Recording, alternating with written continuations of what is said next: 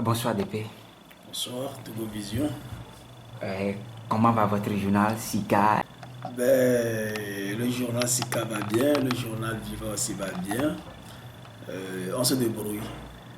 C'est un peu difficile au Togo avec la presse actuellement, étant donné que l'actualité n'est pas très nourrie, étant donné le silence des autorités, il n'y a pas grand-chose qui se passe. On se débrouille, on essaie de créer l'actualité. Le président Fort Sajina Nyasingbe, qui a placé son troisième mandat dans un mandat social, il a déjà fait 1 an. Quel bilan vous faites sur ce mandat social?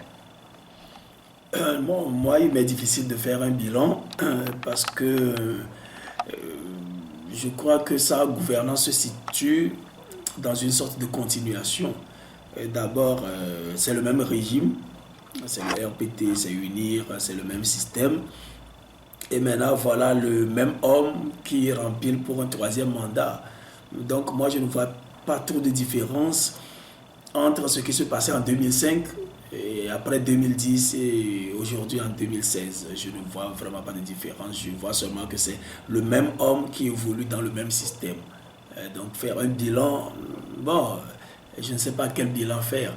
Et on parle de mandat social, mais est-ce que ça change vraiment quelque chose? Je crois que chaque homme politique euh, a une vision de sa politique. Et il est difficile qu'il change. C'est pas parce que il a été élu en 2010 et réélu en 2015 que ce qu'il va faire va être fondamentalement différent de ce qu'il a entamé en 2010. Ce n'est pas possible. C'est le même homme, c'est le même système. Ça va fonctionner toujours de la même façon. Et donc dire que de 2005 à 2015, M. Ford Nassingbe a été comme ceci. Et de 2015 à 2020, il sera autrement. Moi, ça m'étonnerait. Et ce sera toujours la même personne, la même gouvernance, la même philosophie politique. Ouais, voilà. L'actualité politique aujourd'hui, c'est la décentralisation. Non, la décentralisation, c'est une nécessité. Quand on veut développer un pays, il ne faut pas concentrer le pouvoir entre les mains d'une personne ou bien d'une groupuscule, d'un petit groupe de personnes. Il faut forcément éclater le pouvoir de la base. Il faut que ce soit une pyramide renversée. Vous voyez une pyramide, le bout, le haut est pointu et la base est large. Il ne faut pas qu'on ait une pyramide, mais qu'on ait une pyramide renversée. C'est-à-dire que ceux qui sont au pouvoir, ils sont un petit nombre en bas, ils donnent des ordres et le truc évolue vers un sommet beaucoup plus large. Donc eux, ils sont là, ils impulsent un mouvement au développement et nous répercutons ça. Nous récupérons ça et c'est le peuple qui développe un pays. Mais si on n'éclate pas le pouvoir, forcément c'est difficile qu'un ministre qui a Lomé arrive à gérer d'apparent dans les moindres détails pour que ça soit bien. Non, il faut que le peuple même se prenne en charge et c'est pour ça que la décentralisation est importante. Donc, c'est ça, c'est une nécessité. Et il faut que, et si on veut que le pays évolue, il faut décentraliser, il faut responsabiliser le citoyen. Il faut que le citoyen lui-même il gère dans les petites communes, dans les régions et tout ça. Bon, c'est une bonne chose et je crois que le gouvernement aussi le sait, tout le monde le sait aujourd'hui. Seulement, le problème, c'est comment réaliser cette décentralisation. Parce que au même moment où on connaît la nécessité de cette décentralisation, on connaît aussi le danger que ça représente. Parce que quand vous avez tout entre les mains, vous pouvez gérer tous les hommes comme vous le voulez. Et le jour où ces personnes-là arrivent à se prendre en charge, à se libérer un peu de votre régence, ces personnes-là refusent que vous les régentez, alors ça devient un peu plus difficile. Parce que là, on va avoir un maire et les décisions seront prises, pas seulement à Lomé, mais au niveau des mairies, au niveau des préfectures, au niveau des régions. Et c'est ça que je crois, nos dirigeants craignent beaucoup. Et vous allez voir, ils vont jouer des pieds et des mains pour ne pas perdre le grand pouvoir qui leur a été donné. Et je vois que c'est ce qui se passe, mais il nous appartient aussi nous de la société civile, de savoir comment faire pour que ce ne soient pas les hommes politiques qui définissent les règles du jeu. On dit qu'il ne faut jamais laisser le pouvoir définir les règles du pouvoir. Et ça, là, c'est valable pour le Togo aussi. Mais si nous les laissons et c'est eux qui définissent comment le jeu doit se passer, eh bien, évidemment, vous verrez que ce serait une décentralisation fantoche, quoi. Pas une vraie décentralisation, mais juste une décentralisation de façade. Le danger, c'est qu'on décentralise, mais que ce soit unir qui rafle encore tout, qui ait encore tout le pouvoir, que beaucoup de maires, 90%, 95% des maires soient encore d'unir et obéissent au pouvoir central. Ce serait très dommage.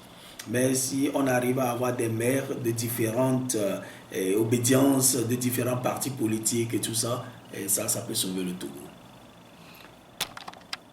Nous sommes dans la semaine de la liberté internationale de la presse. Est-ce que vraiment le Togo a une liberté de la presse? Moi, je dirais que au Togo, il y a la liberté de la presse, pour être honnête. Et seulement, je dirais ceci, ça va vous faire peut-être rire. La presse est libre, mais le journaliste n'est pas libre. La presse est libre, on a le droit de dire ce qu'on veut, on a le droit de parler. La preuve, je suis en train de parler, de critiquer. Mais est-ce que le journaliste est libre? Un journaliste qui a faim, un journaliste qui ne gagne pas beaucoup d'argent. Vous connaissez les conditions de vie des journalistes togolais. Un homme qui a faim, un homme qui manque de tout, est-ce que c'est un homme libre? Je dis non. Donc, l'homme n'étant pas libre, évidemment, son métier aussi n'est plus libre. Celui qui exerce le métier n'est pas libre, donc il n'exerce pas librement son métier, parce que lui-même, il n'est pas libre. Je ne sais pas si vous comprenez un peu ce que je vais dire. On vous dit, allez travailler. Vous êtes libre de travailler. Vous voulez appeler le ministre, mais vous n'avez pas d'argent pour vous acheter du crédit pour l'appeler. Est-ce que votre métier est libre? Non. Théoriquement, le métier est libre, mais vous-même n'étant pas libre, vous ne pouvez pas exercer librement votre métier. C'est ça qui se passe au Togo aujourd'hui. Moi, je sais que si quelque chose se passe à Atapamé ou à Dapaon aujourd'hui, il peut m'être difficile d'envoyer un reporter de SICA à Dapaon parce qu'on n'a pas les moyens financiers. Donc, du coup, le métier n'est pas libre. Et ça, l'État le sait, c'est pour ça qu'il maintient aussi les journalistes dans une situation de précarité, de pauvreté, pour les empêcher de faire librement leur métier. Mais bon, il va falloir qu'à un moment donné que le gouvernement comprenne que si les journalistes sont responsables et font du bon boulot, eh bien, ça va à leur avantage aussi. Il ne faut pas voir seulement ce qui se passe aujourd'hui, mais il faut s'inscrire dans la durée, dans le long terme. Quelle vision nous avons pour ce pays? Et ce pays est appelé à devenir prospère. S'il n'est pas prospère, si nous ne devenons pas prospères, nous sommes appelés à disparaître. Je crois que le monde aujourd'hui, le monde tend vers ça. Tous ceux qui ne seront pas tirer leur épingle du jeu, ben, ils vont disparaître. Quand on voit le réchauffement climatique, les famines qui menacent encore et tout ça là, c'est seulement les peuples les plus forts qui ont la technologie, qui ont des connaissances, qui sauront survivre. Mais tous les autres peuples qui s'amusent avec leur destin, ben, il se pourrait que, compte tenu de certains changements, ben, que ces peuples-là disparaissent. Est-ce que c'est ça que le gouvernement de M. Faure Gnassingbé veut pour les Togolais, aux moindres menaces, que notre peuple soit appelé à disparaître? Je crois que non. J'ose croire qu'il aime trop son peuple, mais pour le vouer à ce destin funeste. On vient d'enterrer le samedi passé le président de la HAC, Koutouzoun, pour choisir ses remplaçants. Le lundi passé, les députés ont encore claqué la porte sur des divergences. Qu'est-ce que vous en dites sur cela? Non, disons que c'est les députés ANC qui ont claqué la porte parce qu'ils n'étaient pas d'accord sur certains points. Bon, moi, je ne peux rien dire. Je dis que c'est un jeu de la politique. Et parfois, on participe au vote. Parfois, on vote abstention. Mais parfois, on s'en va pour exprimer sa désapprobation. C'est le jeu de la politique. Moi, je n'ai pas grand-chose à dire sur ça. Je dis seulement que, tel que le Togo est actuellement, quand on voit comment l'administration fonctionne, que les membres de la HAC, soit de l'ANC en majorité ou bien de l'UNIR en majorité, moi je doute qu'il puisse changer quelque chose dans ce pays. Il ne suffit pas d'avoir la HAC à soi. Il faut encore avoir les moyens financiers pour que ceux-là que vous-même vous allez envoyer à la HAC restent indépendant ou bien reste acquis à votre cause. On a vu dans ce pays les partis politiques qui ont envoyé des membres de bureaux de vote dans certaines régions. Qu'est-ce qui s'est passé? On a proposé des motos et tout ça là aux membres à leurs propres envoyés, qui ont signé des procès-verbaux qui étaient faux. Vous voyez? Donc quand vous envoyez vos membres là-bas, mais ils ne sont pas, vous n'avez pas une puissance financière. Moi, je crois quand même qu'avec le temps, ils sauront être corrompus. Aujourd'hui, UNIR a beaucoup de choses en main. UNIR a la police, la gendarmerie, l'armée, la justice et tout. Et vous pensez que c'est ces civils de la HAC là qu'on ne sera pas impressionné pour les forcer à aller dans telle ou telle direction? Moi, je ne crois pas trop. Et de toutes les façons, il est dit que ce soit le président de la République qui nomme 4 sur les 9, 4 membres sur les 9. Déjà, c'est grand. 4 sur 9, vous voyez, il ne reste que 5. Et dans les 5 là, c'est sûr que 2 ou 3 seront encore pour unir. Donc, ils seront quand même de la majorité. Ce n'est pas parce que l'ANC aura 2 membres acquis à sa cause que ça va changer le cours, mais ça va changer le fonctionnement de la HAC. Je crois que la HAC va demeurer ce qu'elle est. Malheureusement, c'est ça le Togo.